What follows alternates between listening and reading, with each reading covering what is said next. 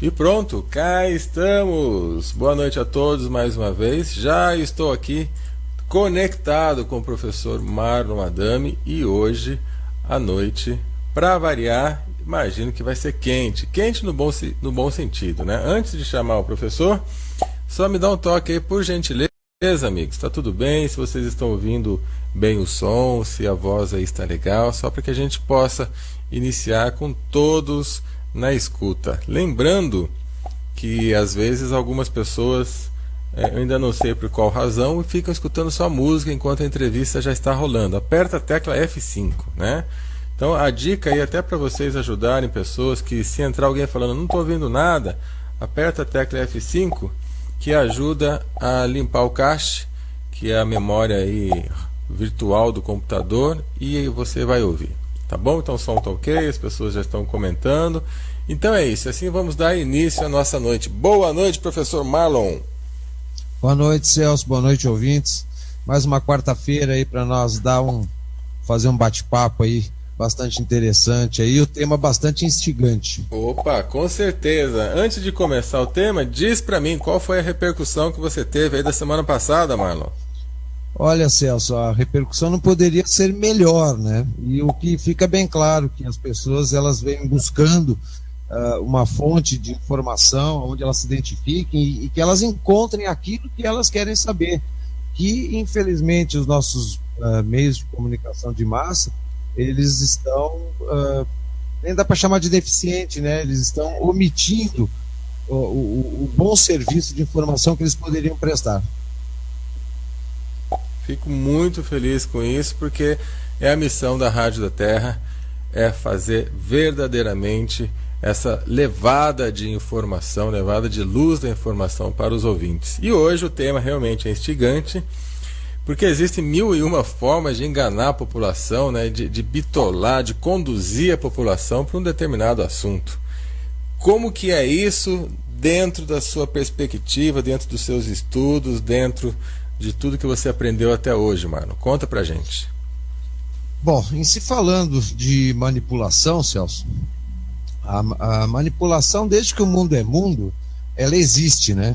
Parece que faz parte do intelecto das pessoas quando elas tentam, de alguma forma, controlar, né? Manipular para tirar vantagem ou para construir alguma coisa. Então a manipulação eu vejo como um sentimento ou uma atitude intrínseca do próprio ser humano. Mas se a gente for buscar de uma forma mais epistemológica, manipulação é tratar uma pessoa ou um grupo de pessoas como se fossem objetos, a fim de dominá-los facilmente. Essa forma de tratamento significa um rebaixamento, um aviltamento. Essa redução ilegítima das pessoas a objetos é a meta do sadismo, né? Então, a ferramenta mais utilizada, e até hoje é mais utilizada, para manipular as massas, ainda continua sendo a linguagem. Seja ela escrita ou falada, ela continua sendo a principal ferramenta de manipulação.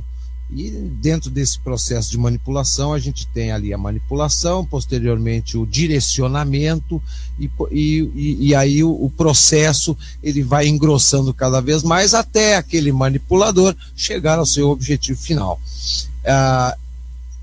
O que a gente observa nos últimos 60 anos é que os meios de manipulação eles estão ligados a dois grandes projetos, né, que é o projeto capitalista ou o projeto socialista, né, e que de alguma forma esses projetos eles desenvolveram diversos estudos e ferramentas de manipulação que, por incrível que pareça, apesar de toda a ciência, de toda a evolução da sociedade, com um vasto arcabouço de conhecimento disponível, e o que se vê é que as pessoas caem nessas armadilhas de manipulação de uma forma muito fácil, né? Muito até certo ponto ingênuas, aonde eu vejo que as pessoas, elas ao invés de analisarem pelo viés da razão, elas, a priori, elas estão analisando as pessoas e as atitudes mais pelo lado emocional, o que simplesmente acaba tornando elas presas fáceis para esses grupos, ou para essas pessoas, ou para esses projetos que precisam, né, da legitimidade da sociedade e de grandes massas para objetivar o seu objetivo maior, seja ele o capitalismo, seja ele uma sociedade democrática, seja ele um socialismo, seja ele um comunismo, ou seja qualquer outra prática, né, que um grupo ou uma pessoa tem como objetivo principal. A partir dos anos 60 a gente tem aí uma ferramenta muito forte, muito até violenta para manipular as pessoas, que é a tal da mídia de massa, né? O cinema, a partir dos anos 50, a música, né? Através de estilos musicais bem definidos, diga-se de passagem, e a imprensa escrita, né?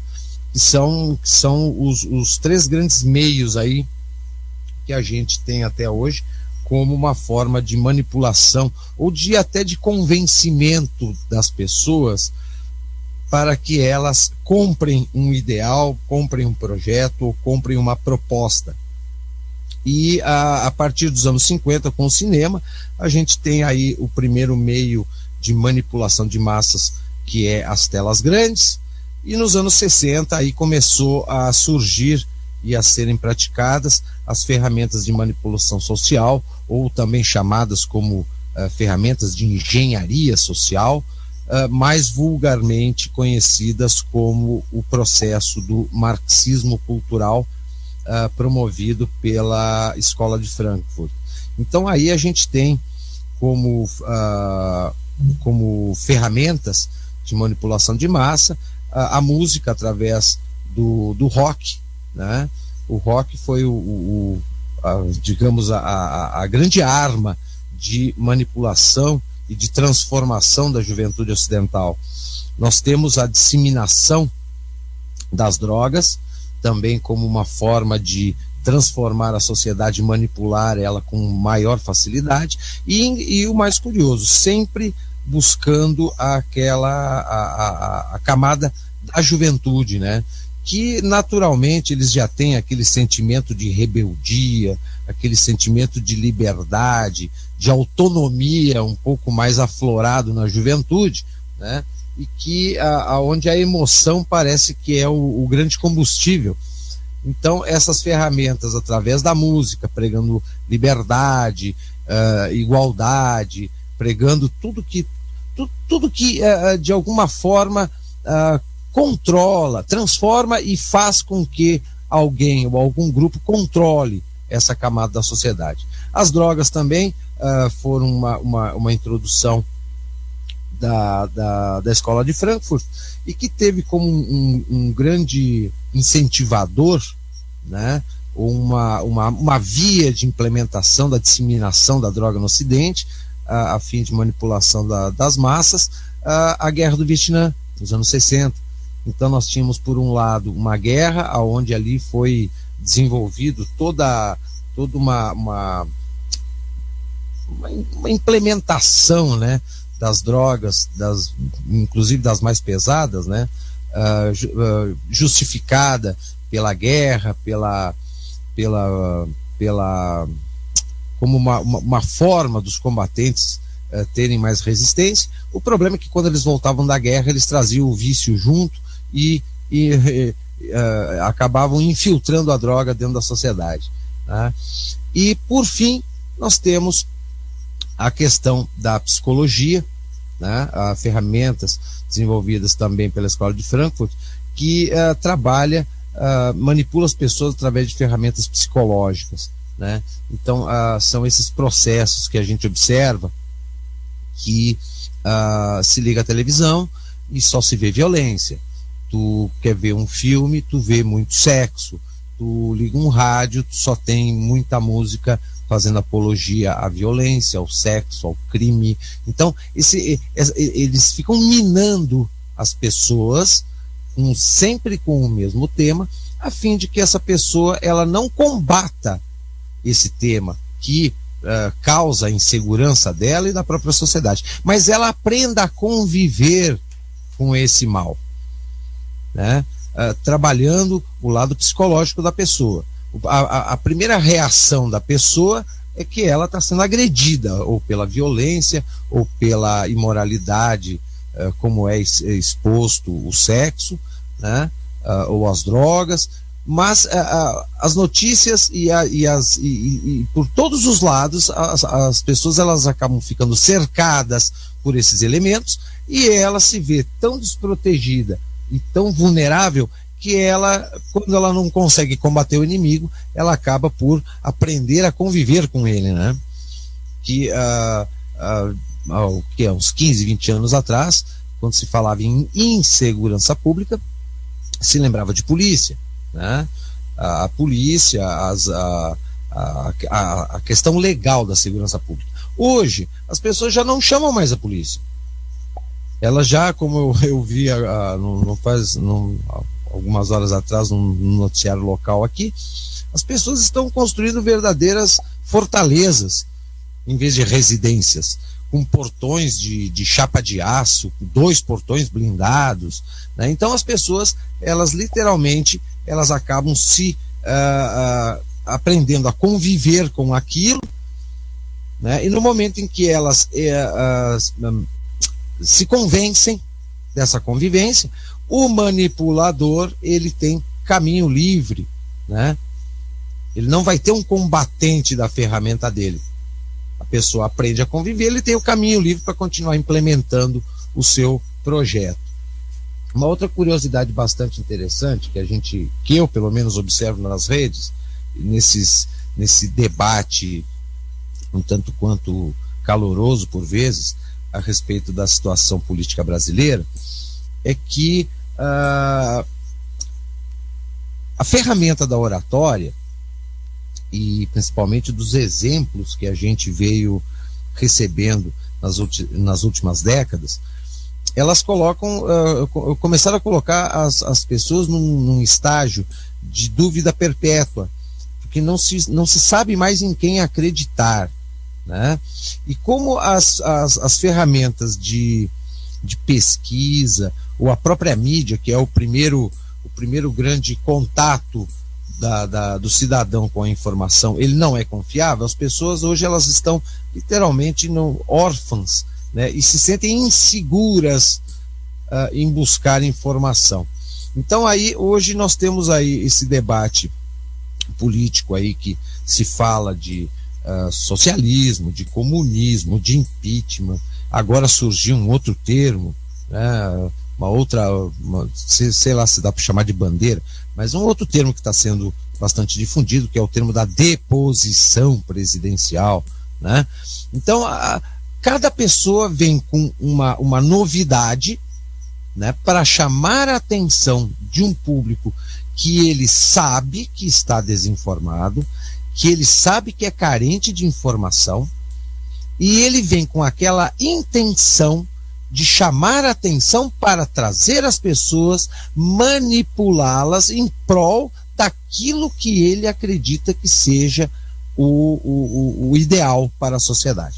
Então nós temos, o que a gente observa é que nós temos aí quase que alguns profetas soltos por aí, né, que ao invés de fazer o trabalho mais simples, que é informar, traz a informação, dá a informação, e mostra os caminhos que a pessoa possa buscar a comprovação daquilo que tu está falando.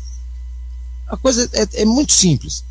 Quem quer fazer um bom serviço, faz isso. Aquele que quer manipular, ele vem com um discurso enrolado, ele vem com bandeiras, quase que verdadeiras ficções, né? Que a pessoa não precisa ser muito inteligente para ver que a coisa já é natimorta por natureza, mas o manipulador, aquele que tem algum objetivo por trás da ação que ele vem desenvolvendo, né, ele insiste, e ele tem como o dom da oratória, o dom da linguagem, né? Então tem muita... A desinformação no Brasil hoje, ela acaba por transformar boa parte da nossa sociedade em verdadeiros cordeiros, né, vulneráveis ao ataque dos lobos, né? Infelizmente, é uma situação bastante crítica, eu vejo como crítica, e nós temos também a questão do grupo de poder, né? Que esse então nem se fala. O nosso grupo de poder, infelizmente, ele vem manipulando a sociedade com as ferramentas mais sórdidas, né? Porque a gente vem observando aí nos últimos 30 anos, principalmente as classes menos favorecidas, menos cultas, né? Elas são manipuladas com verdadeiros pão e circo, com verdadeiras doações ínfimas que não vão resolver o problema de ninguém, né? E essa manipulação, ela, ao longo do tempo, ela veio se massificando, né? Nós estamos entrando num estágio de manipulação do poder estatal tão grande que hoje as pessoas não conseguem mais enxergar ou ter iniciativa de fazer alguma coisa. Por exemplo, a gritaria que vem ocorrendo por causa do tal do FIES, né? Há 30 anos atrás, quem tinha dinheiro ia fazer uma faculdade privada. Quem não tinha dinheiro estudava muito, ralava muito para ir para uma universidade pública. Hoje, todo mundo quer estudar onde quer. Por quê? Porque o governo me dá. Porque o Estado me dá. Eu pago imposto, o Estado tem que me dar. Ou seja, essa manipulação que o poder, que o Estado vem fazendo sobre as pessoas, através desse intervencionismo dele, em querer gerir e promover tudo para todos, o que é algo impossível, veio ao longo dos últimos 30 anos construindo uma sociedade extremamente dependente, sem iniciativa e sem bom senso, né? Sem bom senso. As pessoas acham que porque paga imposto, o Estado ele é obrigado a me dar tudo: segurança pública, saúde de primeiro mundo, educação de primeiro mundo, ele tem que me pagar a faculdade, o Estado é tudo. Mas isso é interessante para quem está manipulando, né? Quanto mais cobrado ele é, melhor para ele. O que a gente observa aí, todo mundo gritando, reclamando, fazendo, contestando, parece que enfraquece o poder manipulador do Estado. Muito pelo contrário. O Estado se fortalece com a cobrança. Ele se fortalece com a crise. Então existem várias formas, várias ferramentas, das mais sutis às mais explícitas, conhecidas, inclusive por já constar da história da humanidade, né? Mas existem várias ferramentas psicológicas, econômicas, de linguagem, através olha, manipular é um verbo bastante interessante, porque a manipulação ela pode acontecer tanto para o bem quanto para o mal, né? E depende muito da sedução, né, do carisma daquela pessoa que vai tentar de alguma forma manipular a sociedade. Por exemplo, Getúlio Vargas, que na história republicana brasileira foi o nosso único ditador durante 15 anos, era uma pessoa extremamente manipuladora. Era um manipulador, foi um ditador, foi autoritário, foi simpatizante por muito tempo do fascismo, né? Mas ele manipulou, ele seduziu, ele se utilizou das ferramentas de manipulação, tudo que ele podia e tinha disponível. Mas ele fez muita coisa boa para a sociedade. Então esse a gente pode dar como um exemplo de um manipulador do bem. Agora, tu quer um exemplo de manipulador do mal? Manipulador do mal hoje, o que nós temos aí, isso aí eu acho que é notório para a maioria da população brasileira, é o seu Luiz Inácio Lula da Silva, né?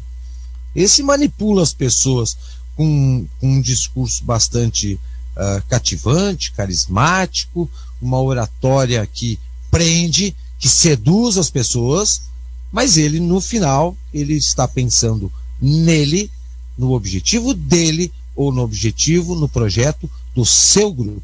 A população, ela literalmente, ela vem sendo já desde da fundação do PT pelo Lula e pelo grupo dele, a população menos favorecida, ela vem sendo manipulada, vem sendo ludibriada, né, em troca do fortalecimento desse grupo e do trabalho que eles vêm implementando ao longo desses últimos 30 anos, objetivando o que todo mundo, pelo menos uma boa parte, já está convencido que o que eles vêm desenvolvendo é o socialismo para o Brasil. Algo que, historicamente, pelo menos há 20, 30, 40 anos atrás, todo mundo falava que socialismo no Brasil era algo que seria impossível de implementar, porque o brasileiro não tem perfil para viver dentro de um socialismo. Hoje, através desse processo de manipulação da sociedade, de subversão da sociedade, e não tendo pressa nesse processo de manipulação e subversão da sociedade, a gente vê que o perfil da sociedade brasileira, ele já não é mais, não chega nem próximo do que era há 40 anos atrás, 50 anos atrás. Nossa sociedade hoje é outra, que acha tudo muito normal, tudo muito bonito, né? Ela recebe toda essa bagagem de subversão e de transformação social através da manipulação da mídia, manipulação de informação, de destruição da ética e da moral da sociedade brasileira. Agora estão cada vez mais e com mais força reescrevendo a história brasileira, né?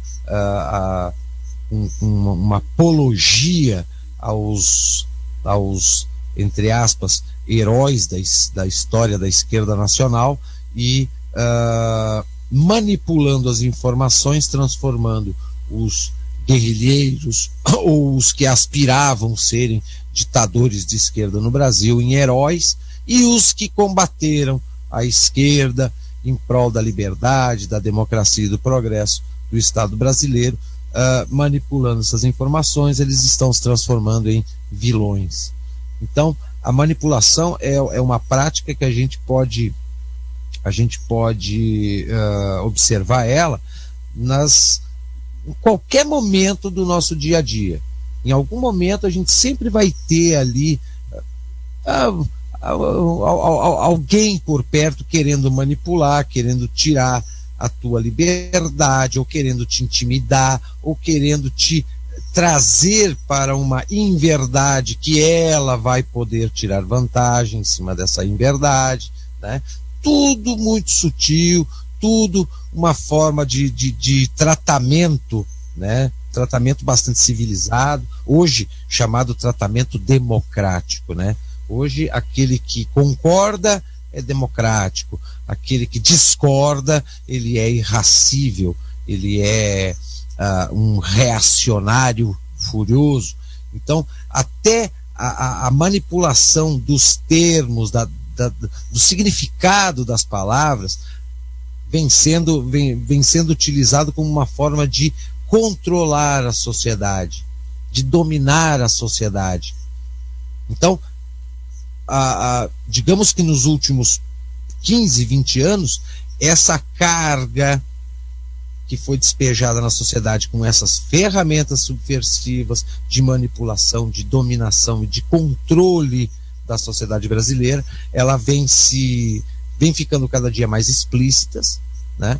Mas para aqueles que de alguma forma estão aí antenados, que estudam, que no mínimo observam e vão buscar, através dessa observação, eles notam que tem alguma coisa errada e vão buscar a informação, o que está acontecendo, por que isso acontece, quando começou a acontecer, né? O brasileiro, ele não questiona mais, O brasileiro aprendeu através da manipulação, né? Através da manipulação do ensino e dessas ferramentas psicológicas, ele aprendeu a não questionar, ele só aceita, ele só aprende a conviver com aquilo que lhe é colocado à frente. Então, é um trabalho muito imbricado, amplo, é uma teia muito grande, né? Mas que de alguma forma, por mais que eles tentem, ou venham tentando manipular as pessoas de uma forma sutil e sem demonstrar as armas e que tipo de armas eles estão usando, está ficando explícito, está ficando difícil, está ficando cada dia mais difícil deles esconderem esse processo de manipulação da sociedade e as ferramentas nefastas que eles vêm aí utilizando contra o cidadão brasileiro. Marlon, vamos então nesse momento, vou pedir para você nos dar alguns exemplos assim bem fácil de sacar de como que é uma manipulação, seja ela na música, seja ela na televisão. Passa para a gente aquilo que é muito fácil da gente começar a observar para que o público fique atento. Olha, eu dentro dessa manipulação da grande mídia, até eu comentava com a minha esposa antes, começou uma novela nova agora que me chamou um pouco a curiosidade, não pela história, porque eu não gosto de novela, mas para ver qual é que é o enredo, qual é a intenção da história, o que eles querem mostrar, né?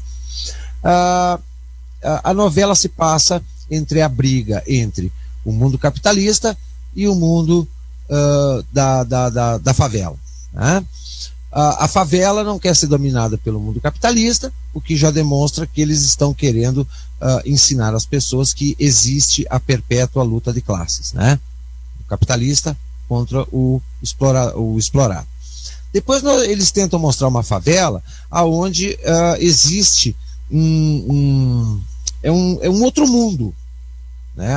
A favela, por ela ter 1 milhão de habitantes, ela é um outro mundo. Lá existem outras regras, existe um outro estilo de vida, é um quarto poder paralelo ao Estado, né?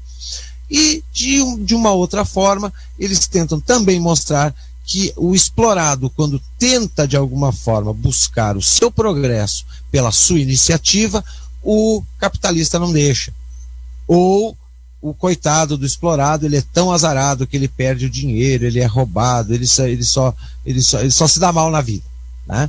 Então, a ferramenta midiática, ela tenta de alguma forma colocar a realidade para as pessoas, né? A vida como ela é, mas de uma forma tão romântica e tão tentando expor de uma forma meio que ficcional, né? Que as pessoas acabam achando aquilo bonito. E quando elas se deparam na vida real, elas acabam convivendo com aquilo, achando normal. Pô, eu vi na TV. Cumprindo com o seu papel de controlar ou de zelar pela boa qualidade, é dentro das salas de aula, né? Nós temos aí hoje, é notório isso, e não é de ontem nem do ano passado, isso já vem de décadas.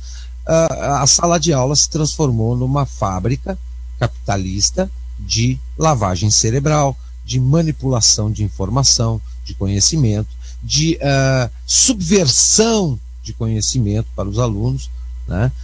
De colocação da classe juvenil contra a classe adulta, que é quem produz e quem mantém a classe juvenil, porque ela não trabalha.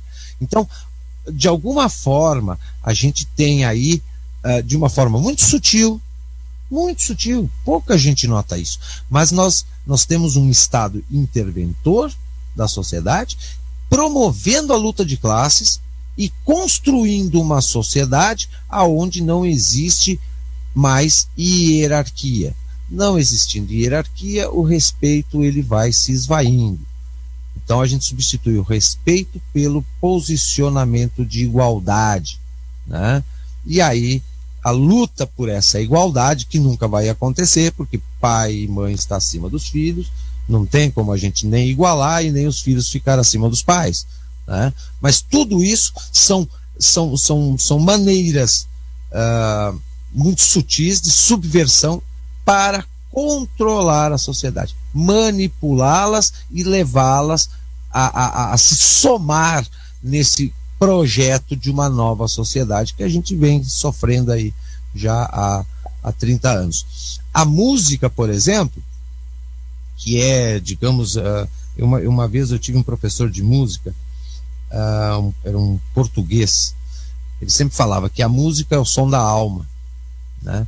Agora, se isso que a gente ouve é o som da alma, nós estamos no inferno, né?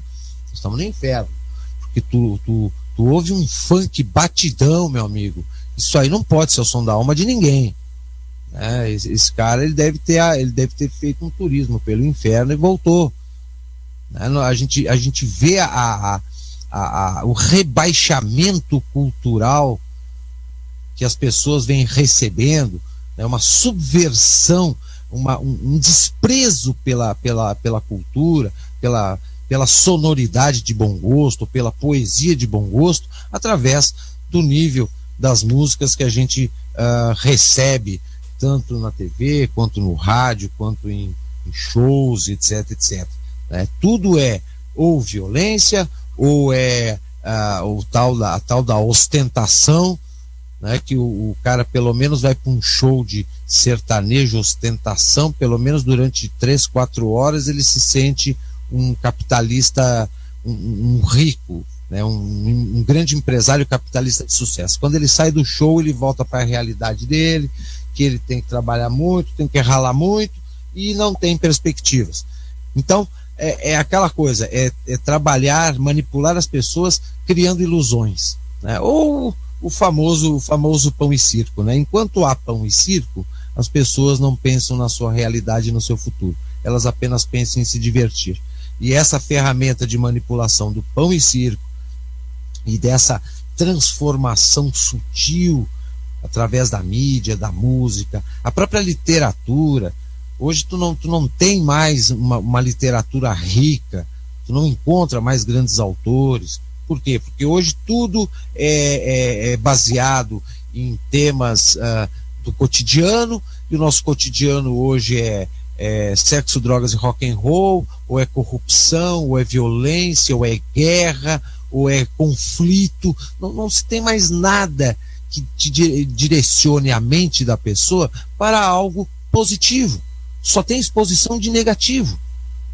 Então é difícil a sociedade criar uma estabilidade recebendo tanta coisa ruim diariamente por todos os lados, né?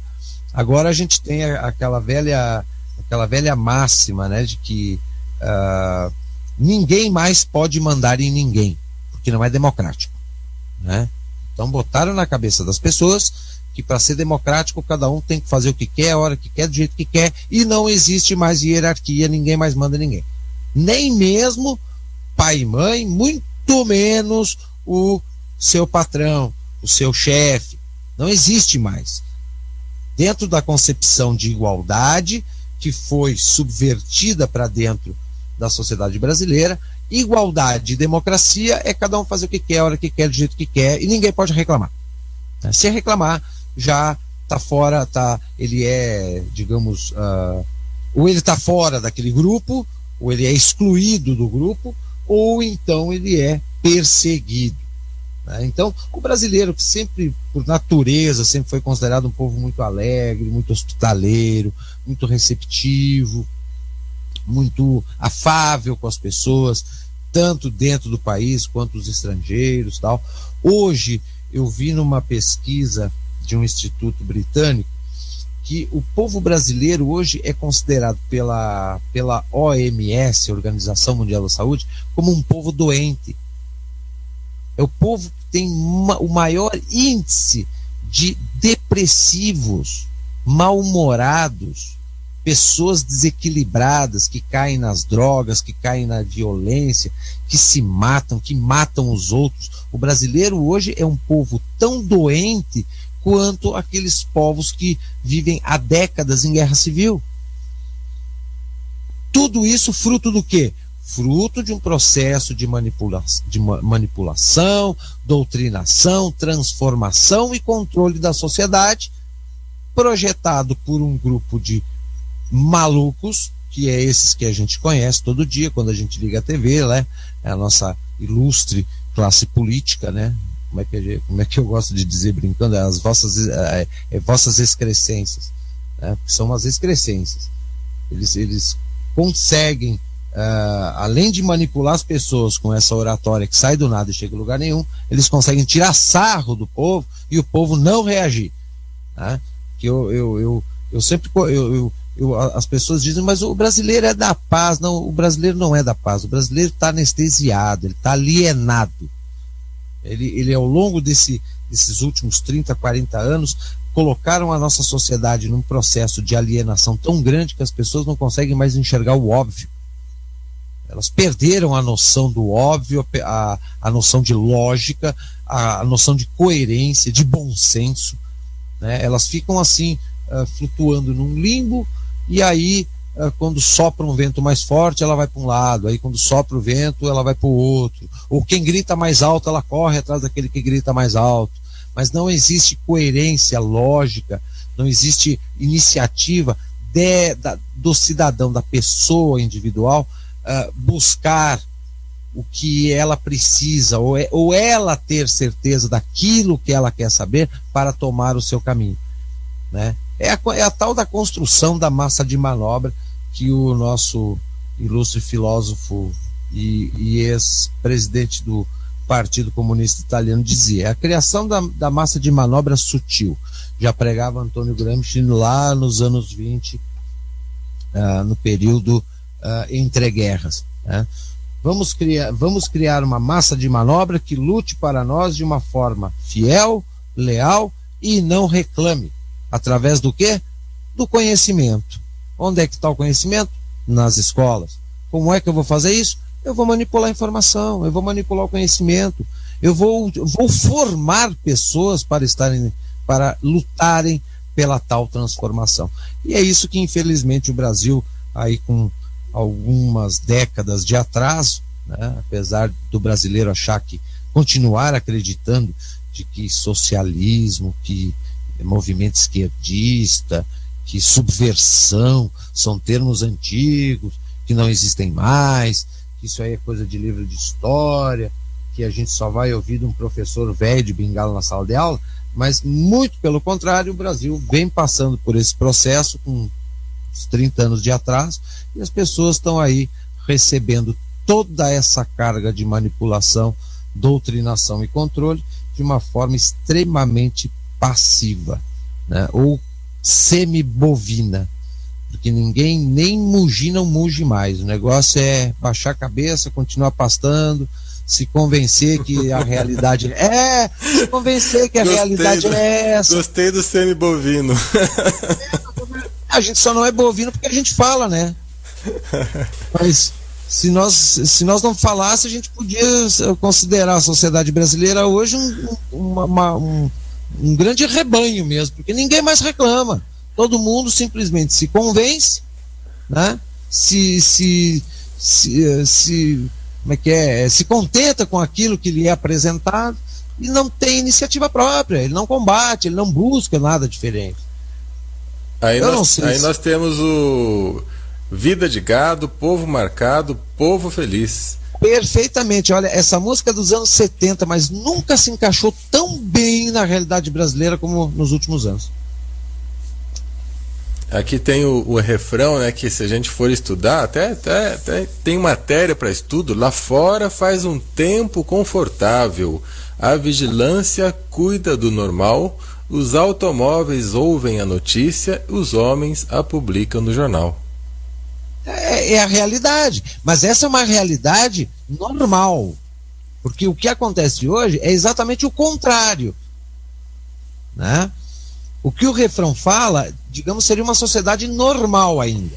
A polícia vigiando, as notícias indo para o jornal para informar as pessoas. Hoje nem isso mais nós não temos. Nós temos um rebanho que, quando tu fala em notícias, Ah, não, isso eu não quero saber, eu tenho mais o que fazer. Ó, tu precisa conhecer, tu precisa ler, tu precisa assistir. Ah, mas não tenho tempo, eu tô sempre cansado. Eu não tenho tempo. Eu levanto muito cedo, chego muito tarde, e eu tenho que pensar no dia seguinte. Chega fim de semana, eu tenho que relaxar, porque eu tenho mais uma. E as pessoas, elas vão se afastando de uma forma tão indolente, né? Uma forma indolente, é quase que inconsciente, que elas se afastam daquilo que elas mais precisam, que é conhecimento para não ser manipuladas, para não serem doutrinadas, para não serem controladas. As pessoas mesmo com esse afastamento do conhecimento e com essa igualdade da rotina, porque hoje o que as pessoas fazem? Saem de manhã de casa olhando para o iPhone e voltam para casa olhando para o iPhone. Quando estão dentro do ônibus, ninguém mais conversa, ninguém mais lê, ninguém mais ouve, é só o iPhone, né? É só a telinha aquela na frente da cara, né? Ninguém mais caminha pensando na vida, a gente caminha olhando para a telinha do smartphone, né? Quer dizer, as pessoas, elas estão alienadas com essa tecnologia que elas não sabem usar. Se elas soubessem, o povo não estava desse jeito. As pessoas não sabem mais conversar, elas não sabem mais dialogar, elas não têm mais informação, elas não têm mais conhecimento, elas não têm mais nada. Eu, sinceramente, Celso, há muito tempo, há muitos anos já eu venho falando, eu estou cada dia mais isolado do mundo. Eu não consigo mais me relacionar com as pessoas. Qual é o motivo? Eu não caí na esteira da manipulação, eu não caí na esteira da doutrinação, eu não caí na esteira do controle. E no momento que eu estou fora dessa esteira, eu me sinto exilado, eu me sinto isolado do mundo. Eu vivo em outro planeta. Eu vejo um monte de gente na minha frente, mas ao mesmo tempo eu me sinto isolado, sozinho. Todo mundo, e é isso. Tá todo mundo é exatamente isso. Mas desconectado, né? Desconectado total. Ao mesmo tempo que todos estão conectados ali no aparelhinho, mas estão desconectados de todo o resto. Tudo. A história da conectividade, estamos todos ligados, isso é uma grande ilusão, porque a pessoa, ela vai estar conectada com o mundo e fazendo bom uso da tecnologia, dessa conectividade, se ela tem alguma coisa, se ela tem conteúdo. Se ela não tem conteúdo, ela vai ficar gastando com operadora de celular para quê? Para ficar mandando mensagem de WhatsApp para vizinha. Como é que tu tá? Tu tá bem? Qual é a fofoca do dia hoje? O que vai acontecer na novela? Ou para ficar jogando? É só isso. Então, as pessoas, elas foram alienadas, estão sendo ludibriadas com uma ferramenta extremamente poderosa de informação que elas não sabem usar. Por quê? Porque ela já vem lá da base, essa nossa sociedade, ela já veio lá da base, sendo manipulada, doutrinada e controlada pelo Estado. Ou seja, através do processo de emburrecimento do nosso ensino nacional. The colossal misunderstanding about time. Tanto a ala pública quanto a ala privada. Então, infelizmente, o ser humano, o brasileiro principalmente, ele trocou o ser pelo ter, né?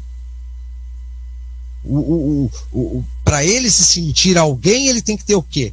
Um tênis da Nike, um iPhone 6, tem que andar de carro zero, tem que viajar nas férias, no verão, ir para o Nordeste, aí ele se sente gente.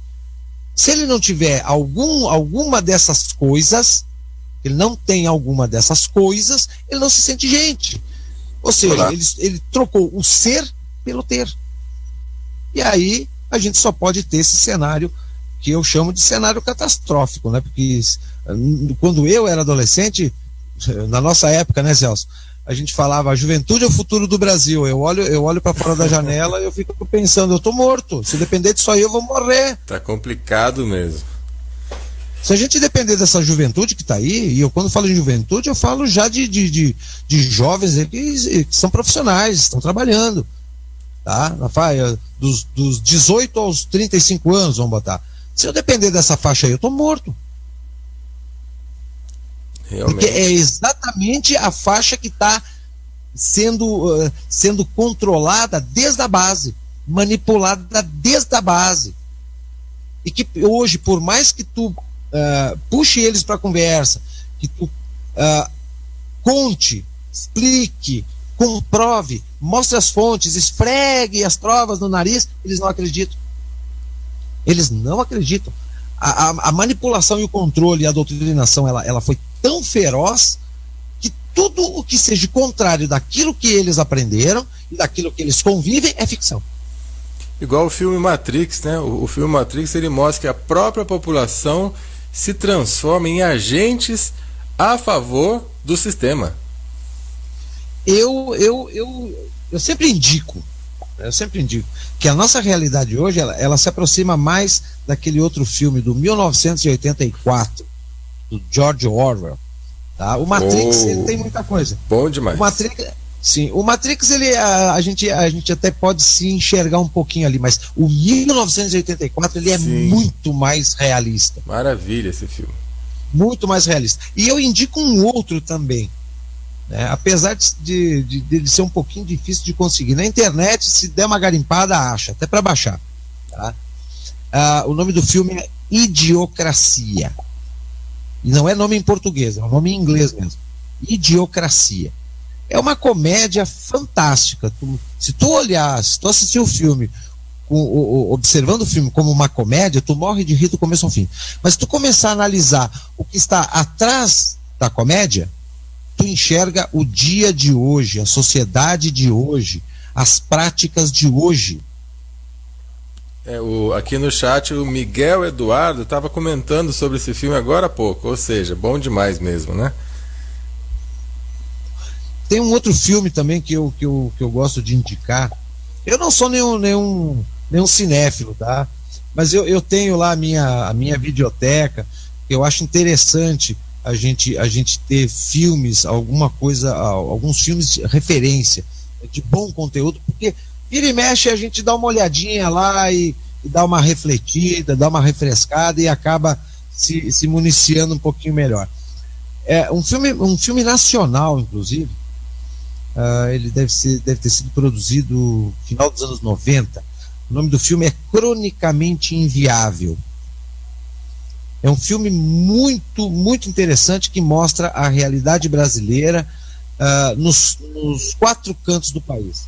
No norte, no nordeste, no sudeste, no sul e no centro-oeste. O filme ele é todo narrado por um historiador, e os personagens saem das 5 regiões do Brasil e se encontram em São Paulo. E aí a história vai se desenvolvendo através da transformação desses personagens no momento em que eles mudam de região e vão morar em São Paulo. É muito interessante esse filme, um filme bastante atual também, e que é uma boa referência de cinema ou de vídeo, né, que as pessoas podem botar uma pipoquinha no colo, assistir um bom filme e dar uma boa refletida nesse momento de tanta pobreza cultural, tanta pobreza de informação que a gente tem. Marlon, ao mesmo tempo que nós temos essas coisas degeneradas no meio musical, tem uma música aqui que tem uma letra muito interessante, já que a gente está falando de música, né? Entre outros. Vou só passar o comecinho aqui, você vai lembrar e tem assunto também. Caminhando e cantando e seguindo a canção, somos todos iguais, braços dados ou não, nas escolas, nas ruas, campos, construções, caminhando e cantando e seguindo a canção. Aí depois tem uma parte aqui que eu acho muito forte. Há soldados armados, amados ou não, quase todos perdidos de armas na mão, nos quartéis lhes ensina uma antiga lição de morrer pela pátria e viver sem razão. Comenta sobre isso pra gente. Olha, essa música, por incrível que pareça, ela virou o hino da esquerda nacional, né? Se tu entrar em qualquer escolinha de partido político de esquerda, a gurizada canta isso aí como se fosse cantar o hino nacional. Mas na verdade essa música ela não foi feita pela esquerda e nem para a esquerda. Esta música ela foi feita para os cidadãos patriotas. Essa letra ela foi subvertida, ela foi reinterpretada pela esquerda e eles, no caso, se adonaram desta música do Geraldo Vandré como um hino para eles. Em vez de cantar Internacional Comunista, eles cantam o Não Falei de Flores, do Geraldo Vandré. O próprio Geraldo Vandré, que por sinal falavam que ele tinha sido exilado e coisa e tal, ele hoje, velho já, ele vive sob custódia ou de favor num hotel da aeronáutica. Tá? Ele sempre se deu muito bem com as Forças Armadas, ele nunca foi um esquerdista, um subversivo, um militante de esquerda querendo fazer a revolução, como toda essa esquerda fala e propaga, porque eles reinterpretaram, eles criaram uma nova história com o Geraldo Vandré e reinterpretaram essa letra, que é muito bonita, uma poesia fantástica, só que eles reinterpretaram em benefício da visão, da ótica da esquerda revolucionária, né, da utopia socialista que na época, e que foi realimentada a partir de 85 no Brasil, né, a música ajudou nesse processo de manipulação e de doutrinação, de criação de novos militantes jovens, utilizando essa música como se fosse um hino da esquerda nacional. É intrigante toda essa história e a gente acaba não sabendo de quase nada, né? Essa reinterpretação acaba com tudo. Uma música extremamente subversiva, e essa foi uma explicitamente subversiva, e que foi feita não para o movimento de esquerda da época, e nem para afrontar a ordem democrática da época, mas foi aquela música do Caetano, Proibido Proibir. Tá? O Proibido Proibir do Caetano Veloso não era para afrontar a ordem democrática e muito menos o regime democrático militar. Mas o Caetano, como estava em carreira, ele achava todo aquele processo da rebeldia juvenil universitária algo muito, muito bonito, poético, romântico. E aí ele escreveu essa letra, e que caiu como uma luva, e que de alguma forma ajudou a incitar a juventude a pegar em armas, a entrar na guerrilha armada urbana ou na guerrilha rural. Quando ele viu o estrago que ele fez, ele não esperava que a música fosse influenciar e fosse ter o impacto que teve, o que ele fez? Ele pegou Gilberto Gil e ficaram 2 anos tomando champanhe em Londres, fazendo poesia em Londres, dizendo que eles estavam sendo perseguidos. Complicado isso, hein? Não, é aquela coisa.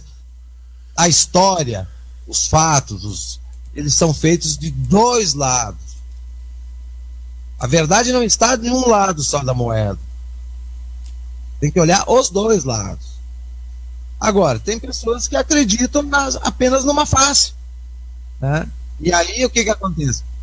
Quando elas enxergam o outro lado da moeda, elas se sentem frustradas, elas se sentem depressivas, elas se sentem impotentes, porque depois o tempo passou, não temos como reverter o quadro. Marlon, eu não sei se é do seu conhecimento, mas eu conversei esses dias com uma pessoa, ele usa o rap, né, aquela música rap, para fazer lá a manifestação contra o sistema, um rap contra o sistema. Mas ele me contou de forma assim, preocupado, que o governo está investindo através de filmes com alta produção cinematográfica, uma coisa assim, até que não está sendo divulgada, num estilo de rap chamado rap gangster, onde vão começar a aparecer videoclipe dos raps que já ocorrem nos Estados Unidos, mas agora no Brasil, incentivando eles a fazerem videoclipes com armas, e é bancado pelo governo. Sabe alguma coisa disso? Sim, eu venho acompanhando um pouco mais de perto. É aquela coisa, a gente tem tanta coisa para observar que por vezes alguma coisa passa batido. Mas nos últimos tempos eu tenho dando uma olhada aí nos investimentos culturais do Estado, e isso aí é só uma gota. Tu imagina que a Ancine, a Agência Nacional de Cinema, com dinheiro público, ela vem promovendo nos últimos anos a produção de mais de 100 filmes longa-metragem. 100. com dinheiro público. Ou seja, o Estado ele está intervindo massivamente em todas as áreas da sociedade. Ele literalmente está acabando com a iniciativa privada. Ou é bancado pelo Estado ou não é bancado. Tá? Ou não é bancado. Essa história desses videoclipes aí tá dentro de uma proposta que foi feita nos Estados Unidos em meados dos anos 90, tá? Esses clipes como é que eles chamam? O Gangsta, até teve um filme que foi feito nos anos 90 com a Michelle Pfeiffer, que era o Gangsta Paradise, tá? Que fala justamente de um rapper, né, que era envolvido com tráfico de armas, ele era o chefão da quadrilha, etc, etc. Para ver como o Brasil, sempre atrasado, 20 anos, ó, o que aconteceu lá há 20 anos atrás, agora que está chegando aqui com apoio governamental, né? O rap, na verdade, ele é uma vertente do blues, né? Nos anos 30 era o blues, nos anos 70 era o funk, e nos anos 90 o rap, que depois se abriu ali a corrente do hip hop, do hip hop de favela, o hip hop da burguesia e tal. Mas o rap puro, ele é uma vertente originária do blues. E todo mundo acha que é um movimento contemporâneo, que é um movimento das periferias, da pobreza, dos oprimidos, tá? Muito pelo contrário. O rap, ele nasceu juntinho com o rock and roll lá nos anos 30, nos anos 40, da vertente do blues misturado com o country americano, com o jazz, com o bebop, todos aqueles ritmos que numa fusão, numa química muito grande, né, fez com que surgisse o rock and roll. Mas o rap ele também foi evoluindo, mudando de terminologia, até chegar nos anos 90 como o rap que nós conhecemos hoje, ou o hip hop. Vou aproveitar aqui, como temos várias pessoas no chat já conversando, liberado para perguntas, gente, tá? Vocês podem fazer perguntas aqui para o professor, enquanto ele vai comentando, falando, já tem perguntas aqui, professor. Vou começar algumas aqui, tá? Manda ver. Primeira pergunta da noite, do Adelson. Professor Marlon, a direita e a elite que governaram aí durante, acho que 500, né, não entendi direito todo esse tempo, eles não fizeram nenhuma manipulação? Em primeiro lugar, o capitalismo, a manipulação do capitalismo, ele não é uma manipulação que tira a liberdade das pessoas. Ao contrário da manipulação do socialismo. A manipulação do socialismo, ela controla as pessoas, ela tira a liberdade, ela tira todo o chão das pessoas. A manipulação do capitalismo é para quê? É para trabalho, para progresso, para consumo, para evolução, para estudar, para criar. É um outro modelo de manipulação que eu vejo como uma manipulação do bem. No capitalismo, ou tu trabalha, estuda, evolui, cria, desenvolve, ou então só está ocupando lugar no espaço. Então, a manipulação do capitalismo para o desenvolvimento, o progresso, o estudo, a pesquisa, a tecnologia e tal, eu vejo como uma manipulação do bem, ao contrário da manipulação promovida pela esquerda, pelo socialismo, que quer criar os semibovinos aí que a gente vem assistindo diariamente, né? Achando que tem liberdade, mas não tem liberdade nenhuma. Achando que sabem e não sabem nada. Achando que são donos do seu nariz, mas quando eles querem fazer alguma coisa, eles fazem? Não, eles não fazem, eles pedem para o Estado fazer. E não notam que eles estão totalmente dominados, controlados, e estão sendo usados por essa máquina estatal que vem direcionando os caminhos da sociedade em prol do seu projeto, não o projeto da sociedade, em prol do projeto do Estado. projeto socializante, o projeto do partido, ou o projeto de meia dúzia de psicopata que a gente tem na liderança hoje em dia. Tá? Então, a direita, ela manipula. A manipulação, existe a manipulação maldosa, existe a manipulação ingênua, existe a manipulação do bem, existem vários tipos de manipulação. Depende de como a pessoa interpreta aquilo, né? Tem muita manipulação que a pessoa chega e diz assim, o cara tá tentando dar uma de malandro para cima de mim. Tava tentando manipular. Era uma bobagem? Até poderia ser, mas isso aí faz parte do jogo das relações sociais, das relações humanas, né? Sempre vai ter aquele que vai querer se sobrepor, vai querer tirar uma vantagemzinha aqui, vai querer puxar vai querer trazer alguém para o projeto dele, para a ideia dele. Agora, num macro, nós temos a manipulação da direita, que é a manipulação do progresso, da evolução, não só do projeto capitalista, mas da evolução do próprio ser humano, e a manipulação da esquerda, que é a de construção de rebanho, de controle, de censura, de falta de liberdade, de falta de iniciativa, falta de tudo, na verdade falta tudo. Vamos aqui então para a próxima pergunta. Pergunta do Hugo. Ouvi dizer que a presidenta só sofreria impeachment antes de 2 anos de posse. Isso é verdade? Mentira.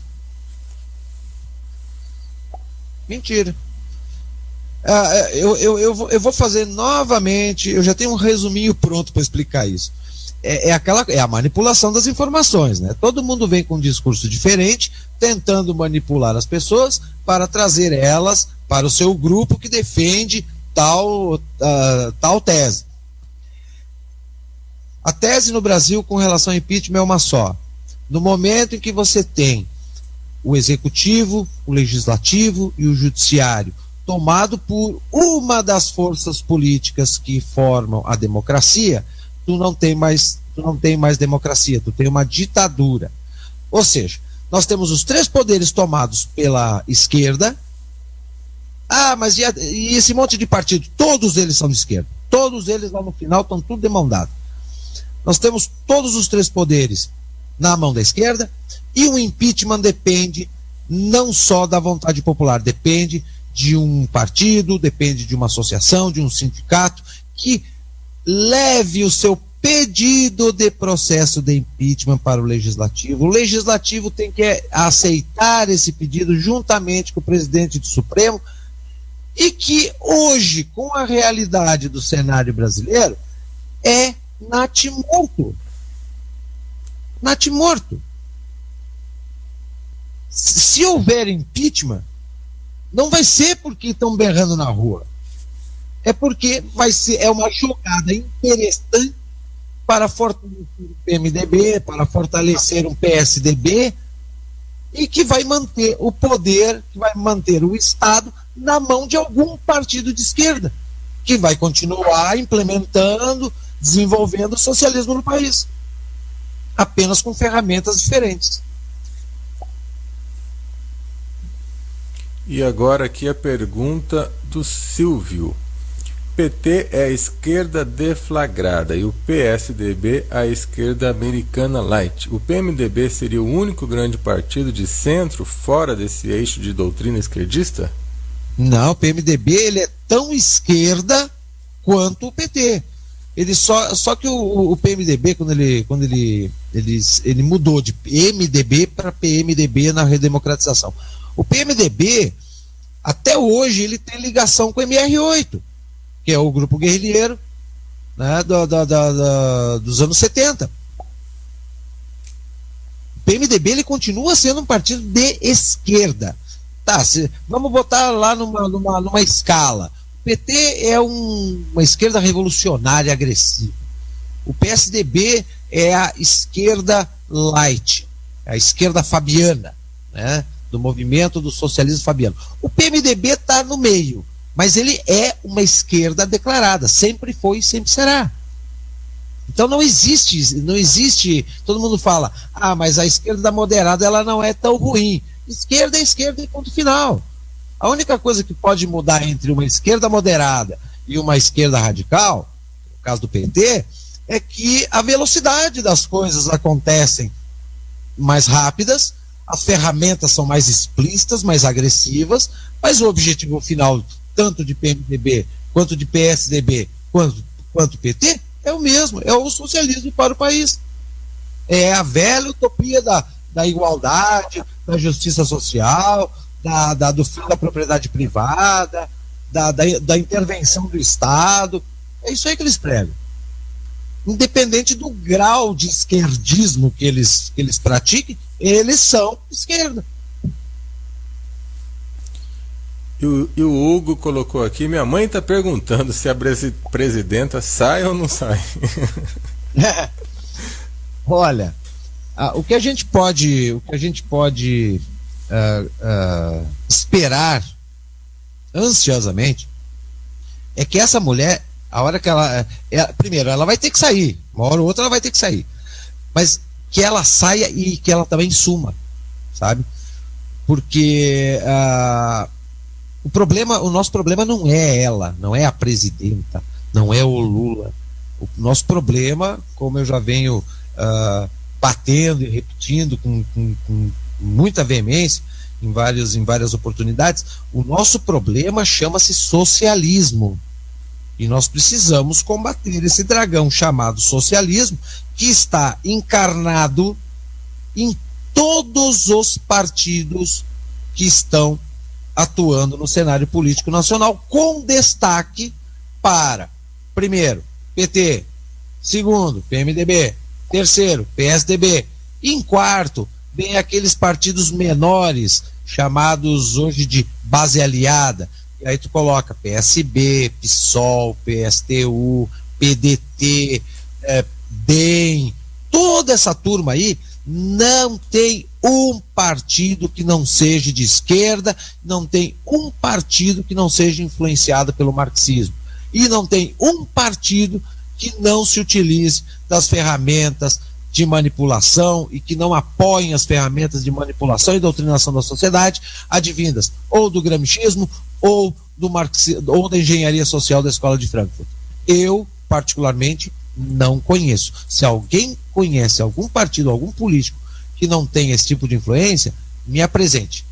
Apesar de que um político ou um partido também não vai fazer muita diferença nesse mar vermelho que a gente vive.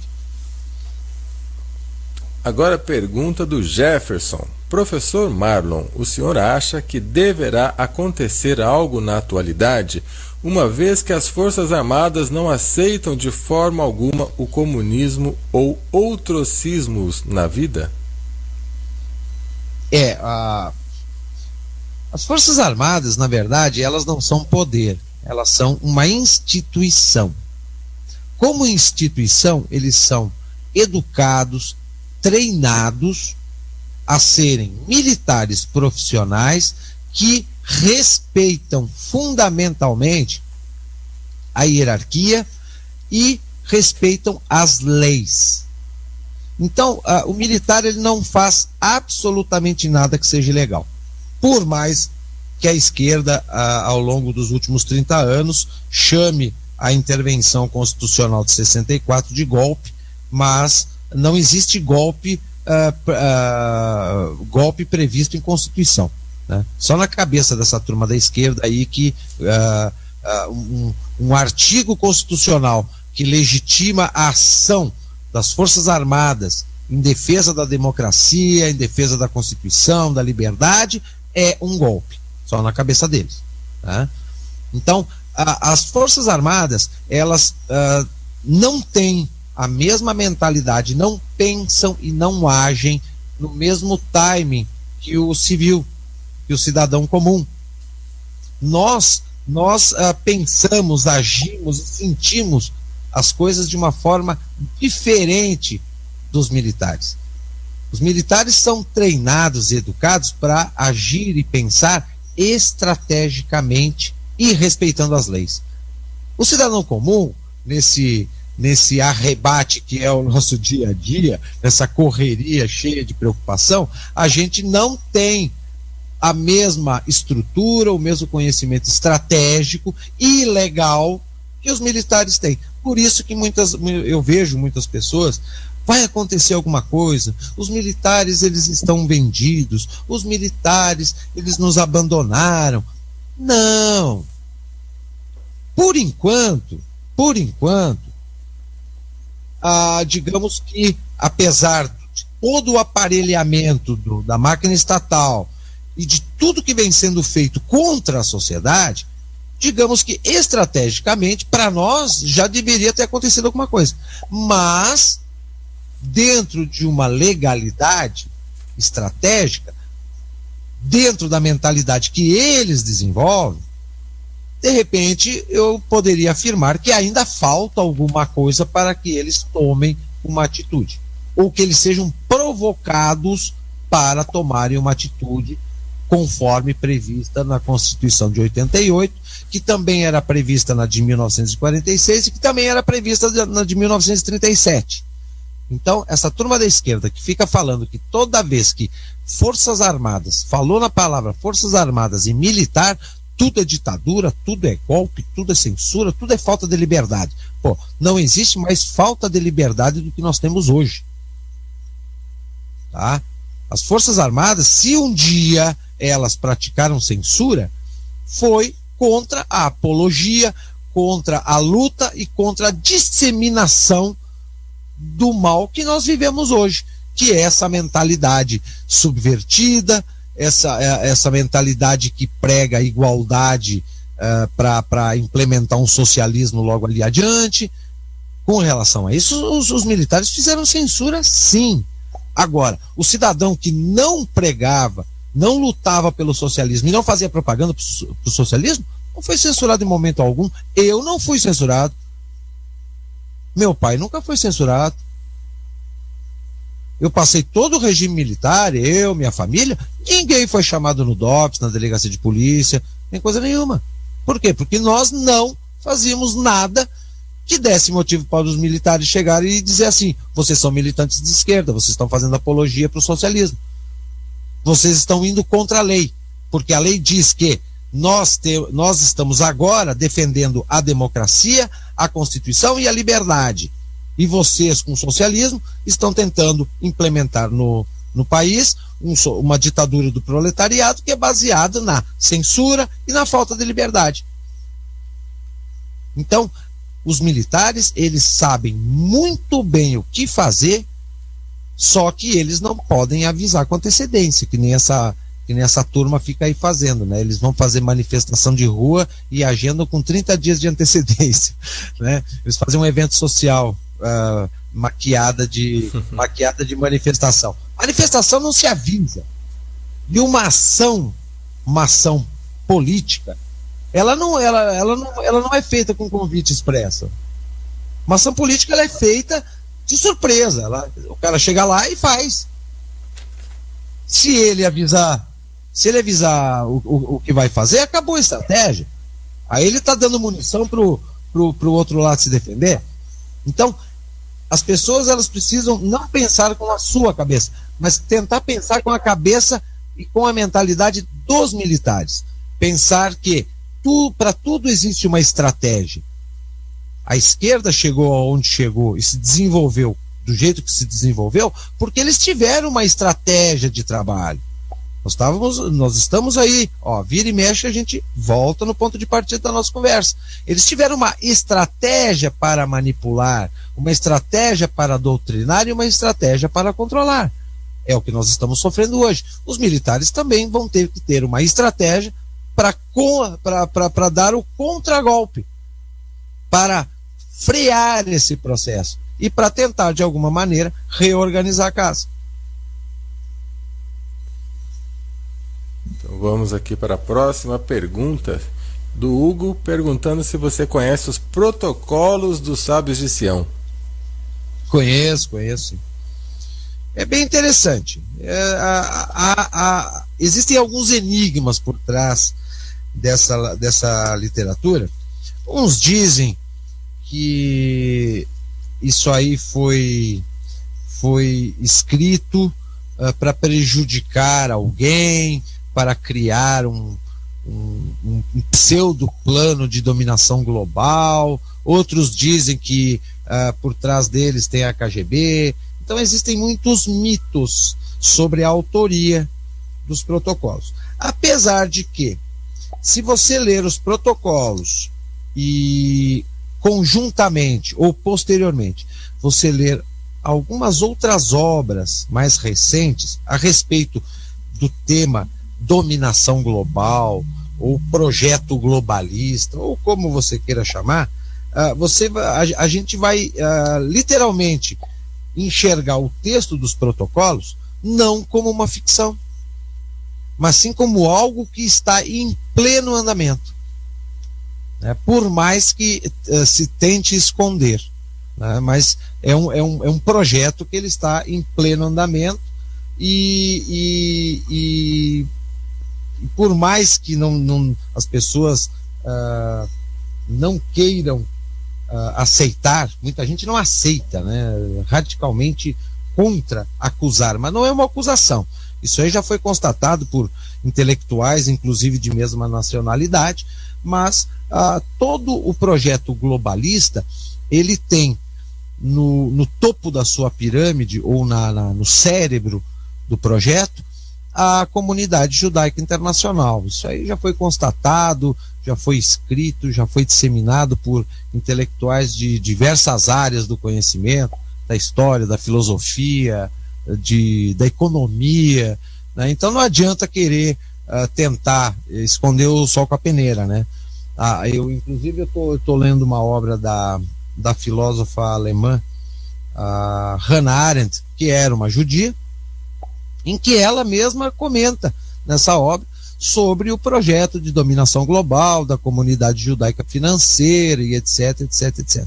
Então, os protocolos, digamos, foi uma obra de propaganda, né? Foi uma forma de propagandear ou de instruir pessoas para tentar formar uma massa que concordasse e ajudasse no desenvolvimento desse projeto, mas isso lá na virada do século XIX, início do século XX, né? Que esse debate todo da comunidade judaica internacional, ele foi muito feroz ali entre a década de 1880 até 1910.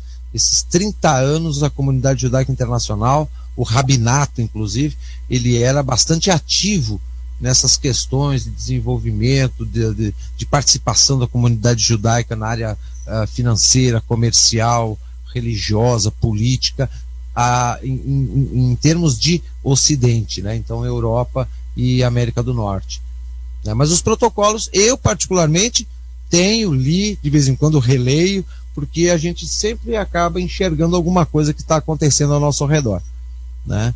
Apesar de ser uma literatura antiga, a gente acaba constatando que o que escreveram lá há mais de 100 anos, felizmente ou infelizmente, está acontecendo. Tem uma matéria que eu estava lendo aqui hoje. Aí eu não sei se é real ou se tem alguma coisa por trás dessa matéria, que é a seguinte. A Universidade de Harvard divulgou um estudo que comprova que quanto mais armas os indivíduos de uma nação têm, menor é a criminalidade. Perfeito.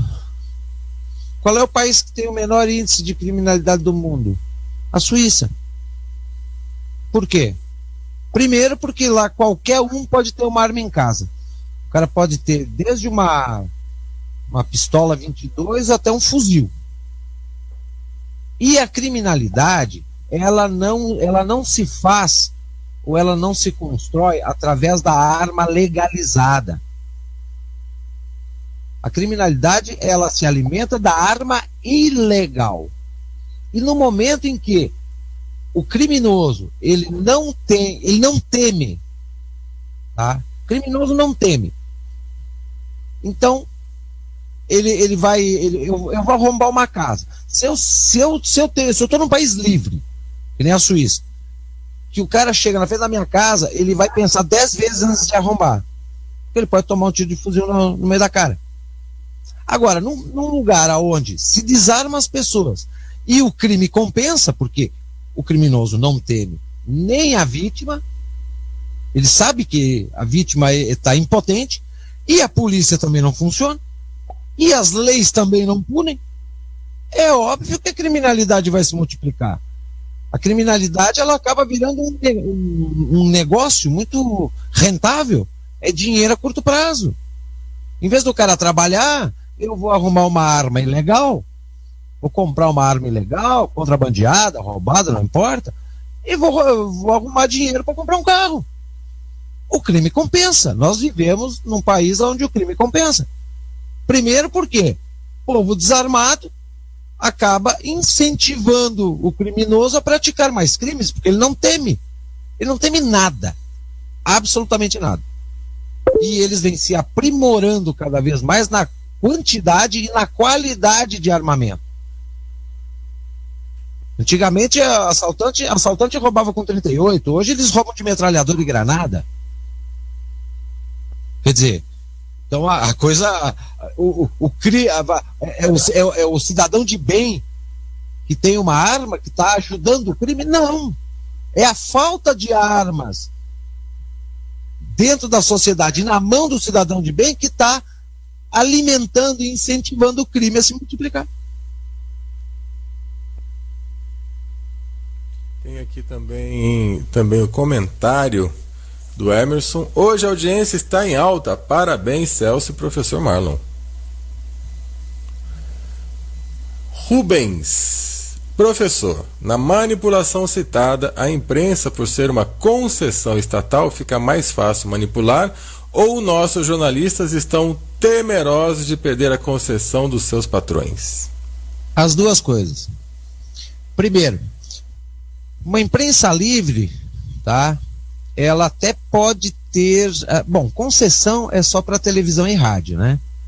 Então, a concessão, ela até pode existir, porque não o Estado, ele não tem o poder de manter o espaço. Né? Como é que me fugiu a palavra agora? Os espaços para as TVs, não é que o Estado queira ficar com esse domínio para manipular ou censurar. O controle estatal não é sobre a abertura de canais, e sim sobre a administração do espectro eletromagnético, que isso não tem como deixar liberado totalmente, isso aí tem que ficar na mão do Estado. O problema é que a legislação que foi construída a partir de 88, na nossa Constituição Cidadã, diga-se de passagem marxista, transformou as concessões num instrumento de censura. Então, ou a TV fala o que o governo quer, ou a concessão. A concessão eu não digo, mas, por exemplo, todo mundo reclama muito da Rede Globo. A Rede Globo, ela é morna, ou ela só elogia o governo, porque aqueles jornalistas... O problema é que a Rede Globo passou por ela foi enganada. Eu digo, para mim, ela foi enganada. Ela foi enganada pelo seguinte: nos anos 90, o Fernando Henrique, quando assumiu o governo, ele disse o seguinte: o Brasil precisa se modernizar. Aí o que ele fez? Ele pegou, privatizou a telefonia, privatizou as telecomunicações, etc, etc, e incentivou os meios de comunicação, principalmente rádio e TV, a se modernizarem. Só que a modernização que o governo queria era uma modernização muito cara. E aí entra o seu Fernando Henrique e injeta bastante dinheiro do BNDES, do Banco do Brasil, da Caixa Econômica, para os meios de comunicação de massa se modernizarem. O problema é que hoje, só com patrocínios, só com comercial, esses grandes veículos de comunicação não estão dando conta de pagar esses empréstimos. E aí eles ficaram reféns do Estado. Ou vocês nos ajudam, ou eu vou cobrar as dívidas de vocês. Vocês não têm para pagar, nós tiramos a concessão. Ou vamos estatizar a emissora, que é o que o próprio falecido Hugo Chávez fez na Venezuela, né? Foi um processo bastante semelhante, que aqui no Brasil nós estamos assim à beira, né? Estamos à beira. Agora, além dos meios de comunicação, com exceção da mídia impressa, mas rádio e TV estão totalmente reféns, as grandes, né, reféns do Estado devido a isso. E os jornalistas, eles já são filhotes, eles já são crias do processo de doutrinação, de manipulação, de revisionismo feito pela esquerda na cabeça desses jornalistas que nós temos hoje. Qual é o jornalista que nós temos hoje que não é de esquerda? Ele já nasceu de esquerda? Não, ele foi doutrinado na Universidade de Jornalismo. Toda essa turma que está aí, que a gente reclama, todos eles passaram pelo mesmo processo de doutrinação nas universidades que os nossos jovens vêm passando hoje. Isso não é a doutrinação e a formação da massa de manobra através do ensino, não é uma coisa recente. Ela começou furiosamente, com muita força, a partir dos anos 90. Mas lá no início dos anos 80, a coisa já estava semeada. Ela só veio ela veio se desenvolvendo. E hoje está num escancaramento que chega a ser nojento, né? Vamos então. Opa, deixa eu aumentar aqui o microfone, que o pessoal reclamou que o microfone estava baixo. Assisti um vídeo de Olavo de Carvalho em que ele fala que a esquerda fomenta o banditismo. O rap seria um meio de fomentar o banditismo? Por que a esquerda fomenta o banditismo? A esquerda... Isso aí o próprio Olavo ele já comentou em outras oportunidades, já escreveu nos livros dele e tal. A esquerda, a revolução dela, ela é pautada e alimentada pelo caos. Então, uma revolução de esquerda popular, né, ela se alimenta do caos, ela se alimenta da crise econômica, ela se alimenta da falta de ética, da falta de moral, da falta de religiosidade. E o rap, como ele no Brasil, ele nasceu exatamente naquelas camadas menos cultas, menos favorecidas e de alguma forma já dominada pelo crime, então o rap ele acaba por ser uma ferramenta de propaganda do crime, de propaganda da própria revolução ou da propaganda da eterna luta de classes entre ricos e pobres, negros e brancos, né? Outro dia eu estava escutando um rap aí, um rap que defendia o movimento LGBT, quer dizer, se utilizar de uma cultura, de um ritmo popular para fazer propaganda de algum movimento, de alguma ideologia, de algum projeto, ou, no caso, da própria revolução, né? Então, a música, ela sempre foi um instrumento revolucionário de transformação social, desde os anos 50, né? O Elvis Presley, quando saía de lambreta com aquela jaqueta preta de couro, aquilo ali na sociedade da época era algo extremamente fora do padrão. O padrão era andar de terno e gravata e andar de carro. Agora o cara andava de lambreta, de calça jeans e jaqueta de couro. Era uma forma de agredir a sociedade, de chocar a sociedade e propagandear a transformação. Então cada época, cada década, ela tem lá as suas ferramentas de influência ou de manipulação ou de incentivo dessa transformação revolucionária através da cultura. Então, nos anos 90 e agora nesses primeiros anos dos anos 2000, o rap, o hip hop, eles vêm sendo os ritmos chamados ritmos revolucionários. Por quê? Porque a poesia deles é contar a realidade do crime, da luta de classes, do burguês contra o pobre, do burguês que explora o pobre, que mata o pobre, que coloca o pobre em situação de risco. Então, a esquerda, se ela não tiver caos, se ela não tiver problema, a revolução dela não anda para frente. A revolução dela é pautada em crises. País sem crise tu não consegue desenvolver o socialismo. O socialismo só se desenvolve com crises aonde um partido ou alguém, ou no nosso caso brasileiro, de um grupo, de um partido, de um grupo de partidos de esquerda que já tem o poder na mão, vem intervendo dentro da sociedade e desenvolvendo a revolução a partir de cima para baixo, e não mais a partir da base social aonde o partido se encaixa, né? Enquanto partido e sociedade estão no mesmo nível. A nossa revolução ela vem sendo promovida de cima para baixo, porque a esquerda já está no poder. E a pergunta do Marcelo, se estamos vivendo numa autocracia? Não, nós vivemos uma ditadura de esquerda